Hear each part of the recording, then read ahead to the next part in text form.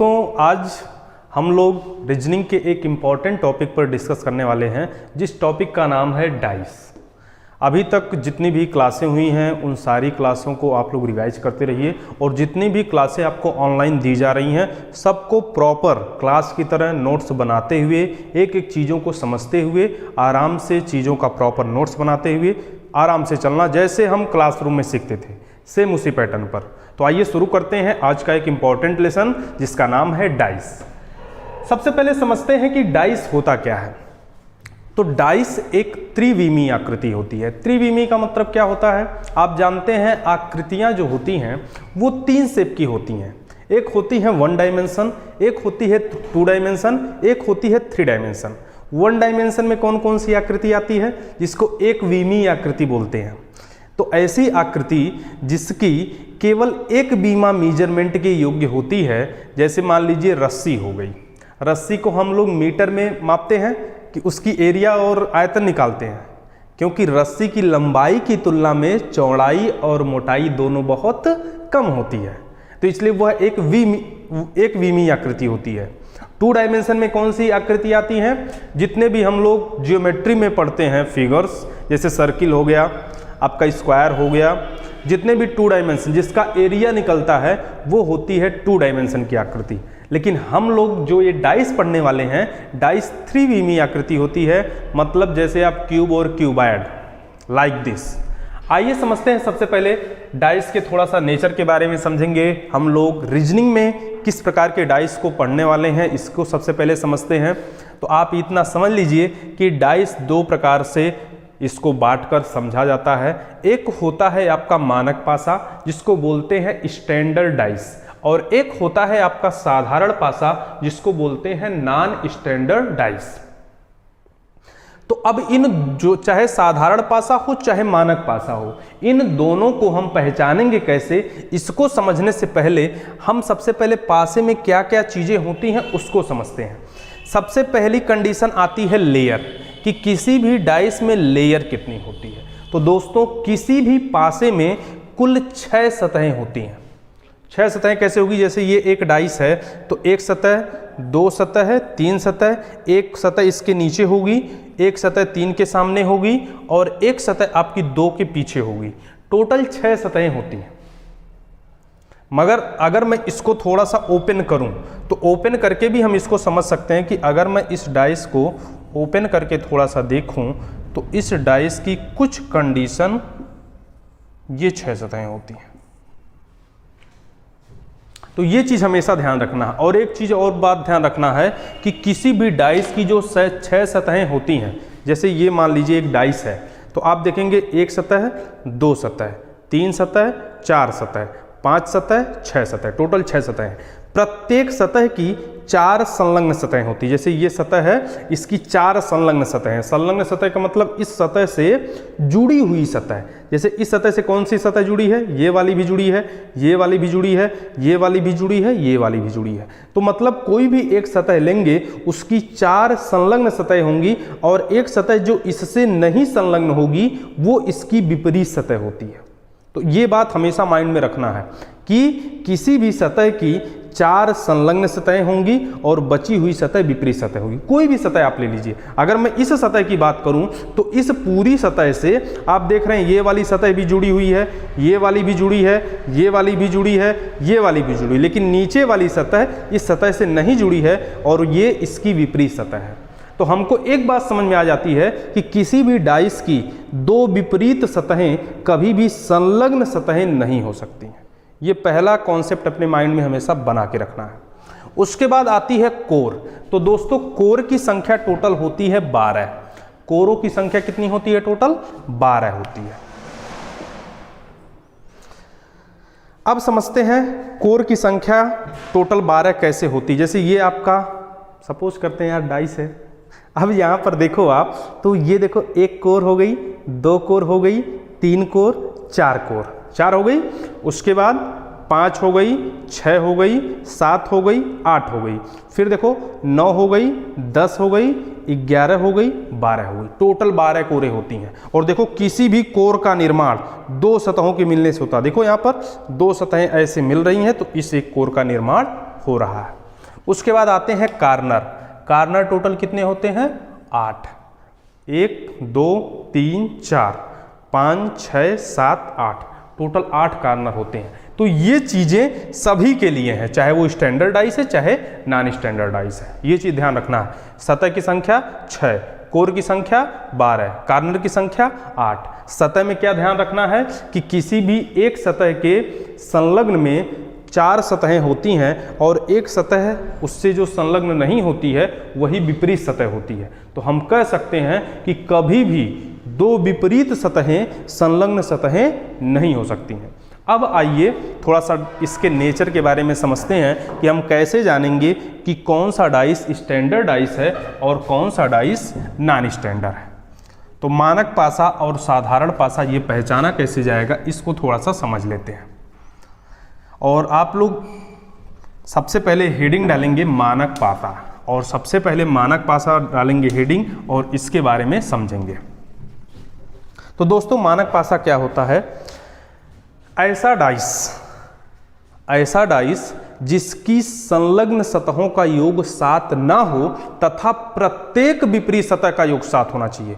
ये चीज मस्ट है कि ऐसा डाइस जिसकी संलग्न सतहों का योग 7 ना हो। जैसे मैं इस डाइस को बोलूं कि ये डाइस कौन सा है, तो आप कह सकते हैं कि सर अगर एक में 3 जोड़ा जाए तो ये 7 के बराबर नहीं है, अगर 2 में 3 जोड़ा जाए तो ये भी 7 के बराबर नहीं है, अगर 1 में 2 जोड़ा जाएगा तो भी ये 7 के बराबर नहीं है। तो इसका मतलब ये हो गया स्टैंडर्ड डाइस, मानक पासा। तो मानक पासा ऐसा पासा होता है, मानक पासा के लिए हम लिख सकते हैं जिसमें प्रत्येक विपरीत सतह का योग 7 हो, प्रत्येक विपरीत सतह का योग 7 हो, सतह का योग 7 हो तथा किसी भी संलग्न सतह का योग 7 ना हो, का योग 7 ना हो। तो ये चीज हमेशा ध्यान रखना है। तो इसका मतलब आप कह सकते हैं कि सर जब प्रत्येक विपरीत सतहों का योग 7 होना मस्ट है, ये मानक पासा की एक स्पेसिफिकेशन है, तो इसका मतलब हम 1 के विपरीत वाली सतह बोल सकते हैं 6 होगा। 2 के विपरीत कौन सी सतह होगी, तो हम बोल सकते हैं कि 2 के विपरीत वाली सतह होगी 5, होगा कि नहीं होगा। और उसके बाद 3 के विपरीत कौन सी सतह होगी, तो आप कह सकते हैं 4 होगी। क्यों? क्योंकि आप देखिए 3 और 4 को भी जोड़ेंगे तो वैल्यू कितनी मिलेगी? 7। 1 और 6 को आपस में जोड़ेंगे तो कितना मिलेगा? 7। 2 और 5 को भी जोड़ेंगे तो आपस में कितना मिलेगा? 7। तो दोस्तों एक चीज माइंड में आ गई कि सर अगर विपरीत सतहों का योग 7 है, मतलब उस डाइस के प्रत्येक सतह पर 1 से 6 तक का ही अंक होना चाहिए, उससे अधिक का अंक नहीं होना चाहिए।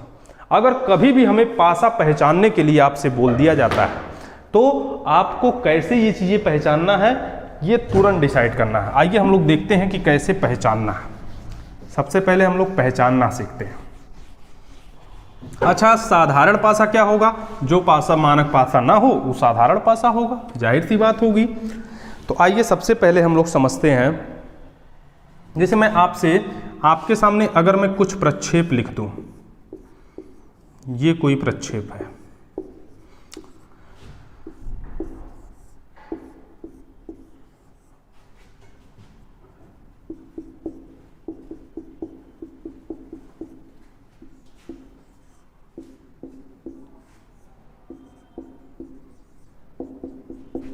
अब इन प्रक्षेपों में हमें डिसाइड करना है कि कौन सा पासा साधारण पासा है और कौन सा पासा मानक पासा है।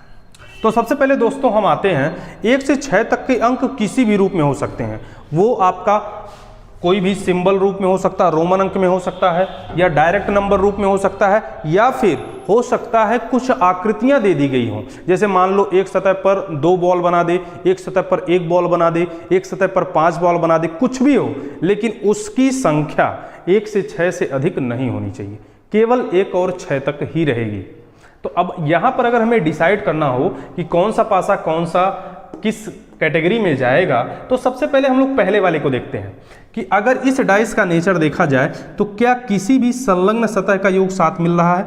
क्या 5 में 4 जोड़ा जाए तो क्या ये 7 के बराबर होगा? उत्तर आया नहीं। क्या 4 में 6 जोड़ा जाए तो ये 7 के बराबर होगा? नहीं होगा। तो इसका मतलब प्रत्येक संलग्न सतह का योग 7 नहीं मिल रहा है। आप कोई भी ले लो, चाहे 5 में 4 जोड़ लो, चाहे 6 में 4 जोड़ लो, चाहे 5 में आपका 6 जोड़ लो, कोई भी संलग्न सतह का योग 7 नहीं मिल रहा है। तो हमारे माइंड में क्या बात आ गई कि सर ये तो मानक पासा है, क्योंकि किसी भी संलग्न सतह का योग 7 नहीं है और एक ही प्रक्षेप है, इसका मतलब ये क्या होगा? मानक पासा होगा। और जब मानक पासा है तो हमको पता है मानक पासा में प्रत्येक विपरीत सतहों का योग 7 होता है। इसका मतलब 5 के विपरीत क्या होगा? 5 के विपरीत होगा 2, 6 के विपरीत होगा 1 और 4 के विपरीत क्या होगा? 3। क्यों? क्योंकि मानक पासा में प्रत्येक विपरीत सतह का योग 7 होता है। अंडरस्टूड? अच्छा, इस लास्ट वाले में बताओ। तो लास्ट वाले में आप कहेंगे सर सब कुछ तो अच्छा चल रहा है, लेकिन 4 में 3 जोड़ेंगे तब तो ये 7 के बराबर मिल जा रहा है। और जब 4 में 3 जोड़ने पर एक वैल्यू 7 आ गई, संलग्न सतह का योग 7 मिल गया, तो ये कभी मानक पासा नहीं हो सकता। ये कौन सा पासा होगा? साधारण पासा। कौन सा पासा होगा? साधारण पासा। अंडरस्टूड? तो आपको ये चीज हमेशा ध्यान रखनी है। अब ये जो दोनों पासे हैं, इन दोनों पासों को अगर हमें पहचानना हो कि ये पासे कौन से हैं, साधारण हैं या फिर मानक हैं, तो पहले वाले को भी आप देखिए। अब मैंने आपको थोड़ी देर पहले बताया था कि 1 से 6 तक की संख्याएं किसी भी रूप में हो सकती हैं, जरूरी नहीं हो केवल इसी नंबर में हो। ये रोमन में हो सकता है, कुछ सिंबल हो सकते हैं, लेकिन नंबरिंग उनकी 1 से 6 तक ही होगी। अब यहां पर देखिए, क्या किसी भी संलग्न सतह का योग 7 मिल रहा है? नहीं मिल रहा। मतलब ये भी क्या है? मानक पासा है। और इस वाले में देखेंगे तो डियर, अगर 1 से 6 तक के अंक के अलावा कुछ भी आपके डाइस के प्रक्षेप पे लिखा गया हो तो बिना सोचे समझे आपको मारना है साधारण पासा। तो यहां पर क्या हम 7 वाली कंडीशन का ऑब्जर्वेशन कर सकते हैं? क्या हम पता लगा सकते हैं कि किसी भी सतह का योग 7 मिलेगा?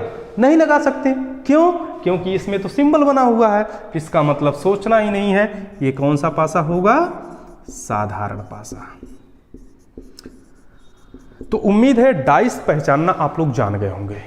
डाइस में डाइस का कोई भी प्रक्षेप दिया गया हो, एक चीज और आपको ध्यान रखना है। जैसे मैं अगर इसकी बात करूं, डाइस हमेशा कार्नर से लिया जाता है। जैसे यहाँ से इस कार्नर से अगर हम देखें तो इस कार्नर का निर्माण 3 सतहों के मिलने से हुआ है। तो मतलब इससे जब प्रक्षेप लिया जाएगा तो हमें ऊपर वाली, ये साइड वाली, इस साइड वाली, ये 3 सतहें दिखती हैं और यही ये प्रक्षेप बनता है। समझ गए ना? और चूंकि प्रक्षेप कार्नर से लिया जाता है और कार्नर की संख्या टोटल 8 होती है, इसलिए किसी भी डाइस का अधिकतम 8 प्रक्षेप खींचा जा सकता है।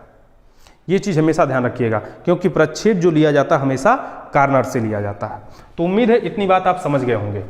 तो अगर इतनी बात समझ गए हैं तो आपको 2 यहां पर आकृतियां दे रहा हूं, इन दोनों आकृतियों की पहचान करके आपको कमेंट बॉक्स में डालना है फर्स्ट नंबर कौन सा डाइस है और सेकंड नंबर। आपको पहचान करना है कि कौन सा डाइस किसके अंतर्गत आएगा।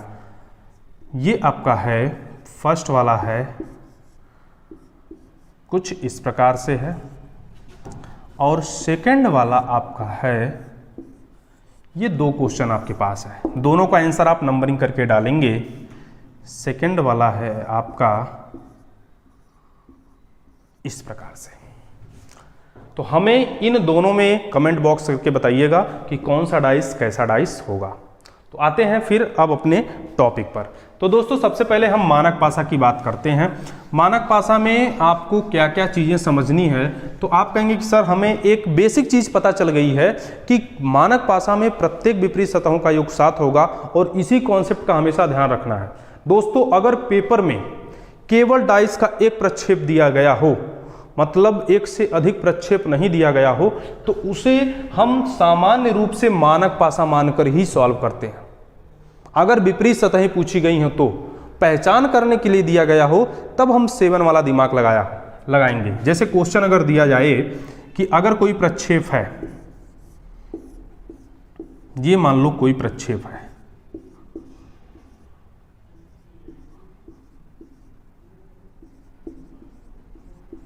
ये कोई प्रक्षेप है। इस प्रक्षेप में अगर आप ध्यान देंगे तो इस प्रक्षेप में आप देख रहे हैं टोटल नंबरिंग है ना, और टोटल नंबरिंग को अगर ध्यान दिया जाए तो 4 के विपरीत क्या हो जाएगा, 4 के विपरीत आप कह सकते हैं कि सर 4 के विपरीत हो जाएगा 3। अगर मैं कहूं कि 6 वाले गोलों के विपरीत क्या होगा, तो 6 वाले गोलों के विपरीत हो जाएगा 1। अगर मैं कहूं 5 के विपरीत क्या होगा, तो इसमें भी आप कहेंगे कि सर 2 गोला आएगा। ये हमने क्यों बोला, क्योंकि हमने अभी पढ़ा था कि 1 से 6 तक की कंडीशन होनी चाहिए, वो किसी भी रूप में हो, तो हमें हमेशा विपरीत सतहों का योग 7 मान करके इस क्वेश्चन को सॉल्व करना है, क्योंकि ये क्या है, मानक पासा है। क्या है भैया, मानक पासा। अंडरस्टूड। और कोई भी क्वेश्चन दिया गया हो, और अगर कभी कभी ना एग्जामिनर आपको परेशान करता है, एग्जामिनर वाली बात याद होगी आपको। अगर मान लीजिए एग्जामिनर का मूड थोड़ा सा ऑफ हो गया, वो कहेगा कि बच्चा एक प्रक्षेप वाला कंडीशन समझ गया है, अब हमें बच्चे को कंफ्यूज करना है।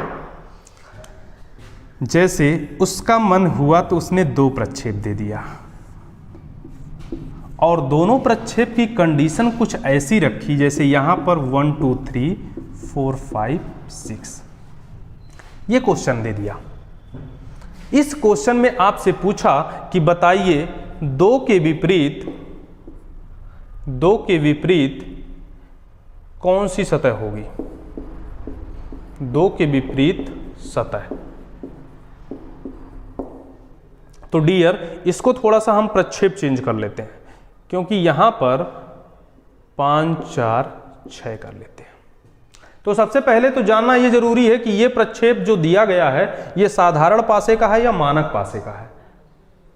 तो आप कहेंगे सर मानक पासे का, क्यों, क्योंकि किसी भी संलग्न सतह का योग किसी भी प्रक्षेप में 7 नहीं मिल रहा है, और 7 नहीं मिल रहा है मतलब ये मानक पासा है। इसको साधारण पासे वाले का जो 3rd नियम होता है उसको हम अभी साधारण पासे में समझेंगे, उस नियम से कतई नहीं सॉल्व करेंगे। तो हमें इतना ध्यान रखना कि यार अगर किसी भी 2 संलग्न सतहों को लिया जाए और इनका योग देखा जाए 7 के बराबर नहीं है, किसी का भी संलग्न सतह का योग 7 के बराबर नहीं है, तो इसका मतलब 2 के विपरीत होगा 5।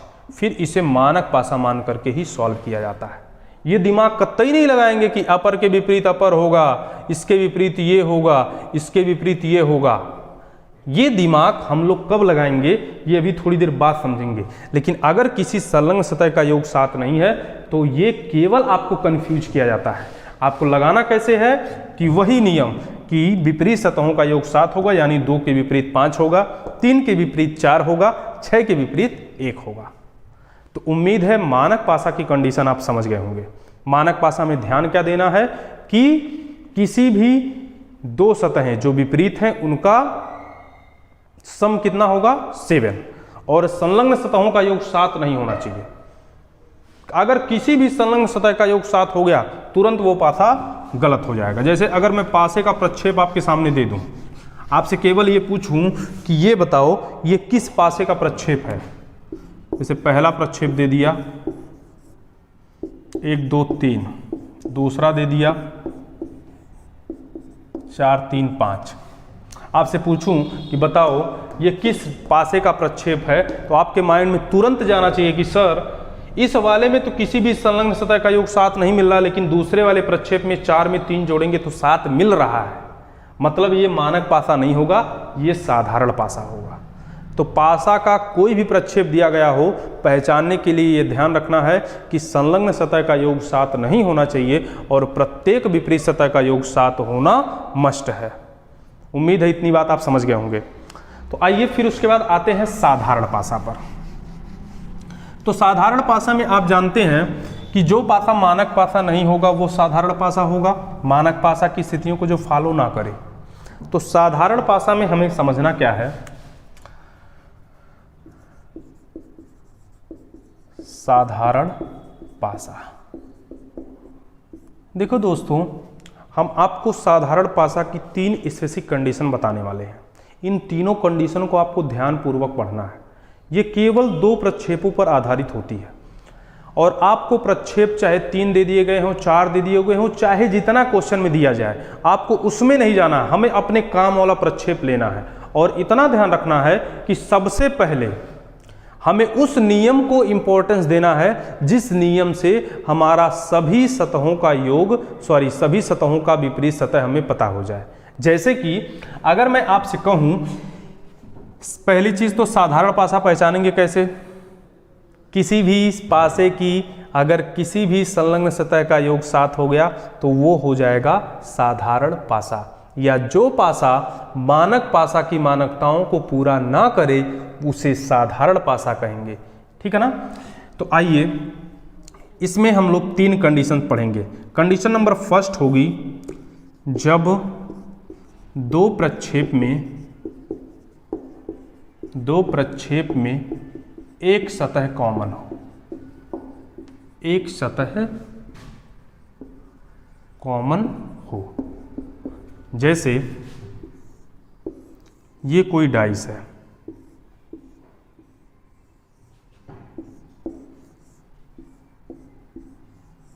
ये कोई डाइस है और इस डाइस में अगर कोई एक सतह कॉमन हो गई हो, डाइस का ये 2 प्रक्षेप है, इतना ध्यान रखिएगा। इस 2, अच्छा ये 2 डाइस है क्या? अगर किसी के माइंड में ही गया कि सर ये 2 डाइस है, कभी भी किसी प्रश्न में चाहे जितना प्रक्षेप दिया गया हो, और अगर माइंड में गया सर ये तो 2 डाइस है, सॉल्व कर लेते हैं, तो पहली चीज ये एक डाइस है, एक ही डाइस का अलग अलग कार्नर से लिया गया प्रक्षेप है। तो अब समझिएगा डियर, अगर 2 ऐसे प्रक्षेप हों जिसमें एक सतह कॉमन हो, तो हम क्या करते हैं, हमें इस कॉमन वाली सतह से क्लॉकवाइज दिशा में चलना होता है। जैसे फर्स्ट वाले प्रक्षेप में अगर हम देखें तो एक कॉमन था, 1 से क्लॉकवाइज में गए तो 3 मिलेगा, 3 से क्लॉकवाइज में गए तो 6 मिलेगा। इस प्रकार से लिख लेना, लिख लिए। अब इसमें भी कॉमन सतह से ही चलना, इतना ध्यान रखना है। 1 था, 1 से चले तो कितना मिला? 5 मिला, 5 से चले तो कितना मिला? 2 मिला। अच्छा, सबसे पहले मुझे ये बता दो, ये स्टैंडर्ड डाइस है कि नॉन स्टैंडर्ड? स्टैंडर्ड डाइस है। क्यों? सॉरी, नॉन स्टैंडर्ड डाइस है। क्यों? क्योंकि 5 में 2 जोड़ेंगे तो 7 मिल रहा है कि नहीं मिल रहा? 6 में 1 जोड़ेंगे तो 7 मिल रहा है कि नहीं मिल रहा? तो अगर किसी संलग्न सतह का योग 7 मिल गया मतलब वो साधारण पासा होता है, मानक पासा नहीं होता है। तो अगर 2 प्रक्षेप में यहां पर एक सतह कॉमन मिल गई है तो हम कॉमन विपरीत हिडन रूल चलेंगे। इसी रूल को क्या बोलते हैं? कॉमन विपरीत हिडन रूल।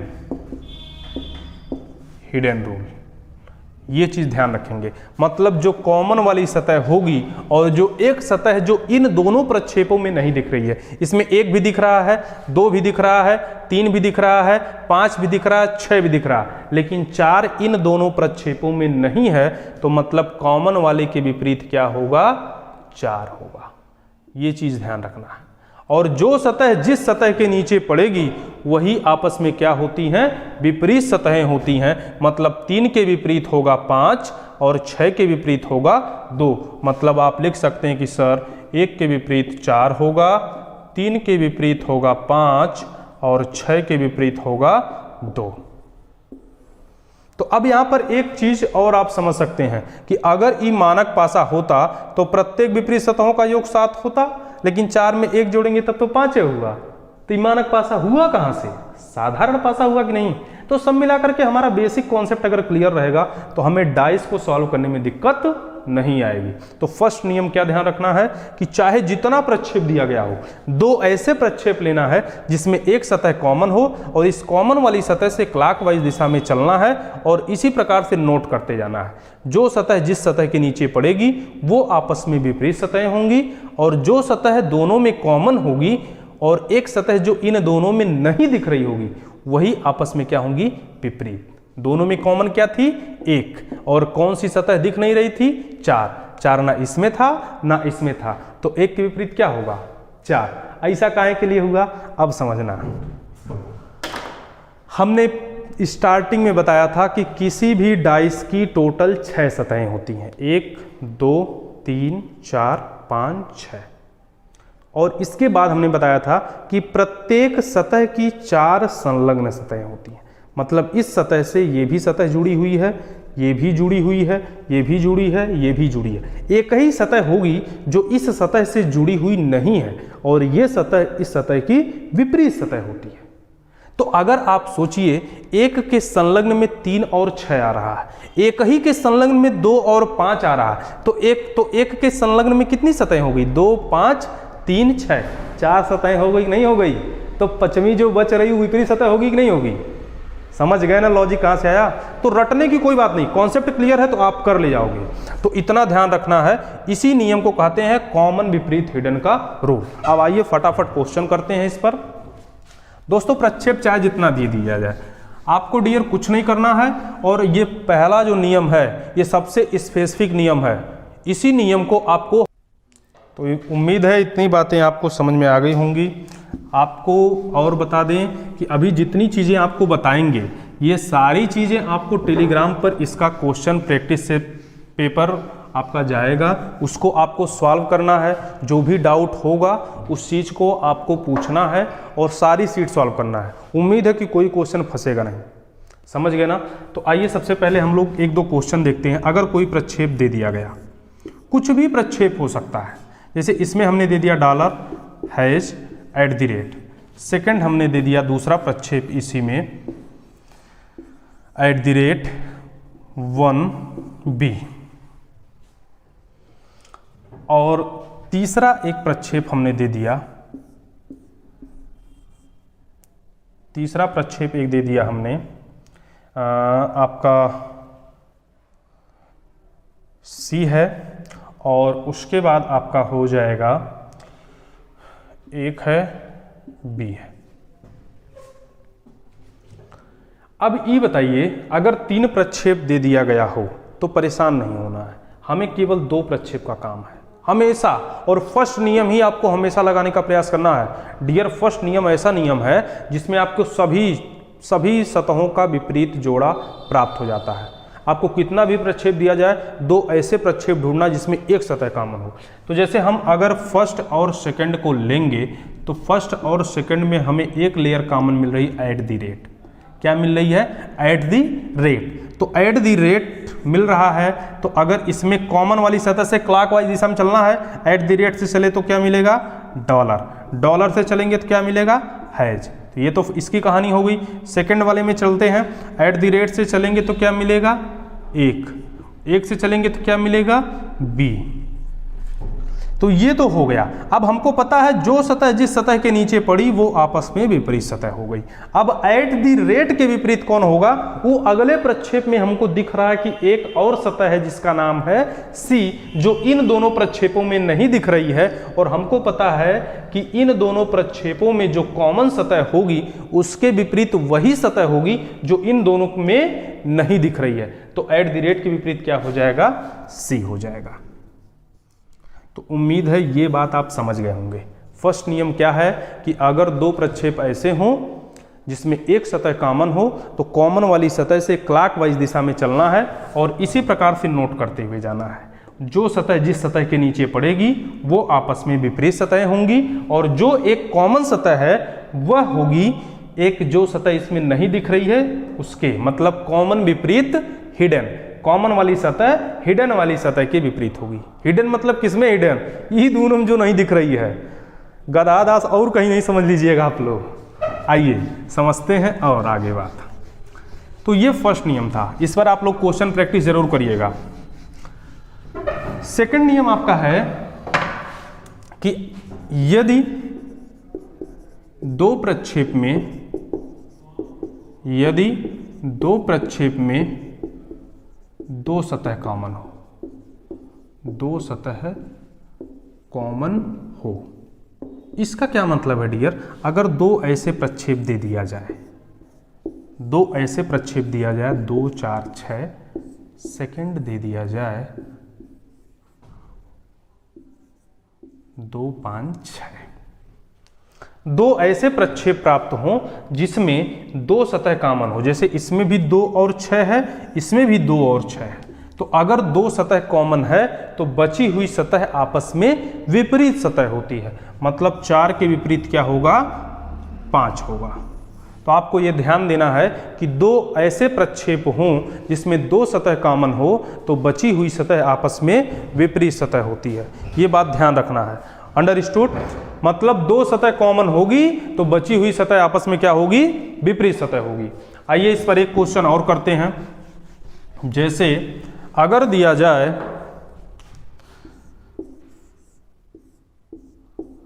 यहां पर ट्रायंगल लेते हैं, ये स्क्वायर हो गया, ये सर्किल हो गया। सेकंड वाले में लेते हैं, यहां पर आपका डॉलर हो गया, यहां पर आपका स्क्वायर हो गया, यहां पर आपका ट्रायंगल हो गया। अब बताओ दोनों में कॉमन क्या दिख रही हैं? इसमें भी ट्रायंगल है, इसमें भी ट्रायंगल है, इसमें भी स्क्वायर है, इसमें भी स्क्वायर है। तो मतलब जो बच रहा है वो आपस में क्या होगा? विपरीत। मतलब सर्किल के विपरीत क्या होगा? डॉलर होगा। इतनी बात समझ गए ना कि दो ऐसे प्रक्षेप हों जिसमें दो सतह कॉमन होगी तो बची हुई सतह आपस में विपरीत सतह होगी। अब ये कॉन्सेप्ट कहां से आता है इसको समझते हैं। यही अपना डाइस है, मान लेते हैं। अब यार देखिए, हमको ऐसे कार्नर से प्रक्षेप लेना है कि दो सतह कॉमन लेनी है। समझना, इस वाले कार्नर से प्रक्षेप लोगे तो ये वाली सतह दिखेगी, ये वाली दिखेगी और ऊपर वाली दिखेगी। ये तीनों दिखेगी ना। इस कार्नर का निर्माण इन्हीं तीनों सतहों से हो रहा है। अब हमें क्या करना है? ऐसा कार्नर लेना है जिसमें ये दोनों सतह कॉमन हो। तो ये नीचे वाला कार्नर हो सकता है, तो इसको ऐसे पलट देंगे, तो इस वाले से लेंगे तो ये वाली दिखेगी, ये वाली दिखेगी, लेकिन अब नीचे वाली नहीं दिखेगी, अब ऊपर वाली दिखेगी। तो अब देखो ना, वही जो सतहिया आपस में नहीं दिख रही है, मतलब ये दूठे तो कॉमन रहेगी ही, जो नहीं दिख रही है वो आपस में है क्या? ये दोनों विपरीत सतह हैं। तो समझ गए ये नियम कहाँ से आता है? मतलब दो ऐसे प्रक्षेप हों जिसकी दो सतहें कॉमन हों तो बची हुई सतह आपस में विपरीत सतह होगी। अंडरस्टूड? अब ये तो सेकंड नियम हो गया। फर्स्ट नियम क्या था? जब एक सतह कॉमन होगी तो क्लॉकवाइज दिशा में चल करके हमें विपरीत सतह निकाल लेनी है। सेकंड नियम क्या था? कि जब दो सतह कॉमन होगी तो हमें क्या करना है? बची हुई सतह आपस में विपरीत सतह होंगी। लेकिन एक चीज ध्यान रखना डियर, आपको जब भी प्रक्षेप दिया गया हो फर्स्ट नियम लगाने का प्रयास करना है। इससे हमारा बेनिफिट होता है। फर्स्ट नियम से हमें सभी सतहों का विपरीत सतह पता चल जाता है। समझ गए बात ना? अब आइए देखते हैं हमारी थर्ड कंडीशन। थर्ड कंडीशन आपका है कि अगर कोई भी प्रक्षेप कॉमन ना हो, सपोज दैट जब दो प्रक्षेप में कोई भी सतह कॉमन ना हो। इसका क्या मतलब है? अगर ये कोई सतह है P Q R, दूसरी कोई है B C D, क्या इन दोनों प्रक्षेपों में कोई कॉमन सतह मिल रही है? नहीं मिल रही है। तो इसके लिए आर्बिट्रेरी नियम बना है, स्वैच्छिक नियम। कैसे? इस अपर वाली सतह के विपरीत अपर वाली सतह होगी, इसके फ्रंट वाली सतह इसकी साइड वाले के विपरीत होगी और इसकी साइड वाली इसके फ्रंट के विपरीत होगी। ये बात ध्यान रखना है। अपर वाली अपर के, इसकी साइड इसकी फ्रंट, इसकी फ्रंट इसकी साइड में। मतलब आप कह सकते हैं कि सर Q होगा C के विपरीत, P होगा डी के विपरीत और आर होगा बी के विपरीत। ये नियमों का लगाना कब है? जब पहला और दूसरा लगेगा तब नहीं, फर्स्ट नियम में जब एक सतह कॉमन होगी तब इसी प्रकार से लगाना है, क्लॉकवाइज दिशा में चल करके। सेकंड नियम, जब दो सतह कॉमन होगी तो बची हुई आपस में विपरीत होगी, वो उस प्रकार से सॉल्व करना है। लेकिन जब दो प्रक्षेप ऐसे दिए गए हैं और केवल द्वि प्रक्षेप, और गलती से तीन प्रक्षेप दे दिया ना, तो ढूंढना कि पहला नियम और दूसरा नियम लग रहा है या नहीं। अगर दो या दो से अधिक प्रक्षेप दिया गया हो तो सबसे पहले उनमें से दो ऐसा प्रक्षेप चूज करना। हो सकता है पहला और तीसरा प्रक्षेप हो सकता है दूसरा और चौथा प्रक्षेप हो, मतलब दो ऐसे प्रक्षेप लेना जिसमें एक सतह कॉमन हो और फर्स्ट नियम लगाने का प्रयास करना। वो नहीं लगेगा तब सेकंड और थर्ड नियम की तरफ आपको बढ़ना है। समझ गए बात ना? अच्छा, इतनी बात हम आपको समझा दिए, खूब बढ़िया समझा दिए कि बचवा का ध्यान में रखिए। आपको ध्यान में रखना है कि जब एक सतह कॉमन होगी तो क्लॉकवाइज चल लेना है, और जब दो सतह कॉमन होगी तो जो बची हुई आपस में विपरीत होगी। जैसे कि इस पर एक क्वेश्चन और कर लेते हैं। मान लो यहाँ पर दिया है 5, 8, 9, दूसरा दिया है 1, 3, 4, ये दो प्रक्षेप दे दिए गए हैं। तो अच्छा पहले बताओ, ये स्टैंडर्ड डाइस है नॉन स्टैंडर्ड? अगर किसी के माइंड में गया कि सर स्टैंडर्ड डाइस है तो पीटा जाएगा, ही बताओ जब इसमें एक सतह पर ही 8 आ गया, 9 आ गया है, तो विपरीत सतह का योग 7 मिलेगा क्या? ये तो कॉमन सेंस होना चाहिए कि सर ये तो खुद है 8 और 9 दिख रहा है, मतलब ये स्टैंडर्ड डाइस होगा बिना कुछ कहे। तो मतलब अपर के विपरीत क्या होगा? अपर। हमने ऐसा क्यों किया? क्योंकि कोई भी सतह कॉमन इसमें नहीं मिल रही है। अपर के विपरीत अपर होगा, फ्रंट का इसका साइड होगा, इसका साइड इसका फ्रंट होगा। मतलब 8 के विपरीत क्या होगा? 3, 5 के विपरीत क्या होगा? 4, और 9 के विपरीत क्या होगा? 1। तो उम्मीद है ये थर्ड नियम भी आप समझ गए होंगे। समझ गए ना? अच्छा, इतनी बात हम आपको समझाए थे। मान लो एग्जामिनर को पता चल गया और उसने क्वेश्चन दे दिया, कहा बच्चा तू तो बहुत जानकार हो गया है, तो एक क्वेश्चन सॉल्व कर दो। ये क्वेश्चन है आपका 3, 1, 2, सेकंड है आपका 6, 5, 4, और आपसे पूछा गया है कि बताइए 3 के विपरीत कौन सी सतह होगी? कौन सी सतह होगी? और आपको यहां पर तो मैंने 3 पूछा है, आपको वीडियो यहीं पर पॉज करना है और कमेंट में इसका उत्तर लिखना है। समझ गए बात ना? और दिमाग लगा के लिखना है। और अब मैं इसका सलूशन बता रहा हूं। दोस्तों, कई बार दो प्रक्षेप दे देता है ना जिसमें कोई भी सतह कॉमन नहीं होगी। देखो कोई है क्या? कोई नहीं है। तो हमारा माइंड क्या जाता है? थर्ड नियम की तरफ कि अपर का विपरीत अपर कर दें, फ्रंट का साइड कर दें, साइड का फ्रंट कर दें। ऐसा कतई नहीं करिएगा। पहले माइंड में जाना चाहिए कि पासा है कैसा। ये देखो ना, मानक पासा है कि नहीं? किसी भी संलग्न सतह का योग 7 मिल रहा है? नहीं मिल रहा है। मतलब 3 के विपरीत कुछ सोचना ही नहीं है, 4 होगा, क्योंकि ये मानक पासा है, साधारण पासा नहीं है। समझ गए कि नहीं बात? तो इसका मतलब 3 के विपरीत हो जाएगा 4, 6 के विपरीत हो जाएगा 1, और 2 के विपरीत हो जाएगा 5, क्योंकि ये कैसा पासा है? मानक पासा है, ये साधारण पासा नहीं है। और मानक पासा में प्रत्येक विपरीत सतहों का योग 7 होता है। और ये जो मैं क्वेश्चन बताया हूं यूपी SSSC में वीडियो और जूनियर असिस्टेंट में 2 बार पूछा गया है। प्रीवियस ईयर पेपर उठा के देख लेना। लेकिन बच्चे गलती क्या करते हैं? तो तीसरा नियम लगा देंगे, कहेंगे 1 के विपरीत 5 कर देते हैं, 3 के विपरीत 4 कर देते हैं, 2 के विपरीत 6 कर देते हैं। नहीं, हमेशा ये बात अपने माइंड में लगाना, कहीं मानक पासा वाली कंडीशन तो नहीं है। तो दोस्तों, आज हम लोगों ने क्या क्या सीखा? हम लोगों ने साधारण पासा और मानक पासा का नेचर सीखा। मानक पासा में विपरीत सतहें कैसे निकाली जाती है उसके बारे में सीखा, और साधारण पासा में हमने तीनों कंडीशन सीखी। आज इस पर आपको क्वेश्चन समझना है। अगले वीडियो में हम लोग ओपन डाइस पर चर्चा करेंगे। क्लोज डाइस का जितना क्वेश्चन होगा आप करिएगा। किसी भी क्वेश्चन में दिक्कत होगी तो आप जरूर संपर्क करिएगा, और जितने भी क्वेश्चन आपको प्रोवाइड किए जाएंगे उसको प्रॉपर सॉल्व करना, और जितनी चीज़ें बताई गई हैं प्रॉपर नोट्स बनाना। ओके डियर, तो मिलते हैं फिर अगले वीडियो में। वीडियो अच्छी लगी हो दोस्तों के साथ शेयर और लाइक करिए, और तब तक के लिए धन्यवाद, शुक्रिया, राम राम, जय हिंद।